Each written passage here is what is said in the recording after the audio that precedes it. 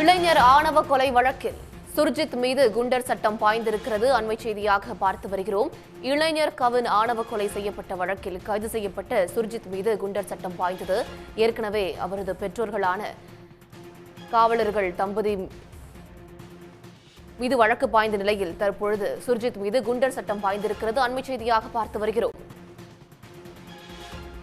இது பற்றிய கூடுதல் தகவல்களை வழங்குவதற்காக செய்தியாளர் திரவிய சம்பத் இணைகிறார். கூடுதல் தகவல் என்ன திரவிய சம்பத்?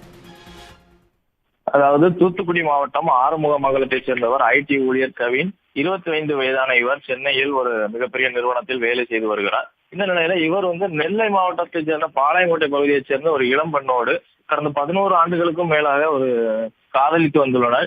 இருவரும் வெவ்வேறு சமூகத்தைச் சேர்ந்தவர்கள் என்பதால் இந்த பெண்ணின் வீட்டினர் இந்த காதலுக்கு எதிர்ப்பு தெரிவித்து வந்திருக்கின்றனர். இந்த நிலையில கடந்த ஞாயிற்றுக்கிழமை இந்த கவின் அந்த பெண்ணை சந்திப்பதற்காக வந்ததாக கூறப்படுகிறது. தொடர்ந்து இந்த தகவல் அந்த கவினின் அந்த பெண் காதலிக்கக்கூடிய பெண்ணின் சகோதரனுக்கு, அதாவது சுர்ஜித் என்ற வாலிபருக்கு தெரிய வந்த நிலையில ஞாயிற்றுக்கிழமை மதியம் 3 மணி அளவில் சுர்ஜித் என்ற வாலிபர் இந்த கவினை வெட்டி படுகொலை செய்திருக்கிறார். தொடர்ந்து இந்த கொலையானது ஆணவ கொலையாக பார்க்கப்படுகிறது.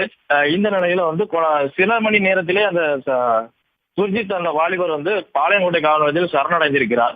தொடர்ந்து அந்த காவல்துறையினர் தீவிரமாக விசாரணை செய்து வருகின்ற நிலையில கவினின் உடலானது அந்த திங்கட்கிழமை அன்று உடற்கூறு ஆய்வு செய்யப்பட்டு நெல்லை அரசு மருத்துவமனைக்கு சொந்தமான பிணவரையில வைக்கப்பட்டிருக்கிறது. இந்த கவினின் இறப்பு சம்பந்தமாக அந்த கைது செய்யப்பட்ட வாலிபரின் தந்தை, அதாவது தந்தை சரவணன், தாய் கிருஷ்ணவேணி ஆகிய இருவருமே காவல்துறையில் உதவி சார்பு ஆய்வாளர்களாக பணியாற்றி வருகின்றனர். அவர்களின் தூண்டுதலின் பேரால் தான் இது நடந்தது என்று கவினின் தரப்பினர் குற்றம் சாட்டி புகார் அளித்த நிலையில அந்த தம்பதிகள் எஸ்ஐ தம்பதிகள் மீதும் காவல்துறையினர் 6 பிரிவுகளின் கீழே வழக்கு பதிவு செய்யப்பட்டு அவர்கள் மீதும் நடவடிக்கை எடுக்கப்பட்டுள்ளது. தொடர்ந்து நேற்று இந்த எஸ்ஐ தம்பதிகள் இருவருமே சஸ்பெண்ட் செய்யப்பட்டுள்ள நிலையில ரகசிய இடத்தில் வைத்து விசாரணை செய்து வருகின்றனர் காவல்துறையினர். தொடர்ந்து அந்த சம்பந்தப்பட்ட பெண்ணிடமும் காவல்துறையினர் விசாரணை செய்து வருகின்றனர். இந்த நிலையில 3வது நாளான இன்றும் அந்த இறந்த கவினின் உடலை அவர்கள் உறவினர்கள் பெற்றுக் கொள்ளவில்லை. தொடர்ந்து நேற்று இரவு 4 மணி நேரமாக காவல்துறையினர் கவினின் உறவினரிடம் பேச்சுவார்த்தை நடத்திய நிலையிலும் அந்த பேச்சுவார்த்தை தோல்வியில் முடிந்ததை தொடர்ந்தும் அந்த உடலானது பெற்றுக் கொள்ளாமல் இன்னும் பிணவரையிலே வைக்கப்படுகிறது.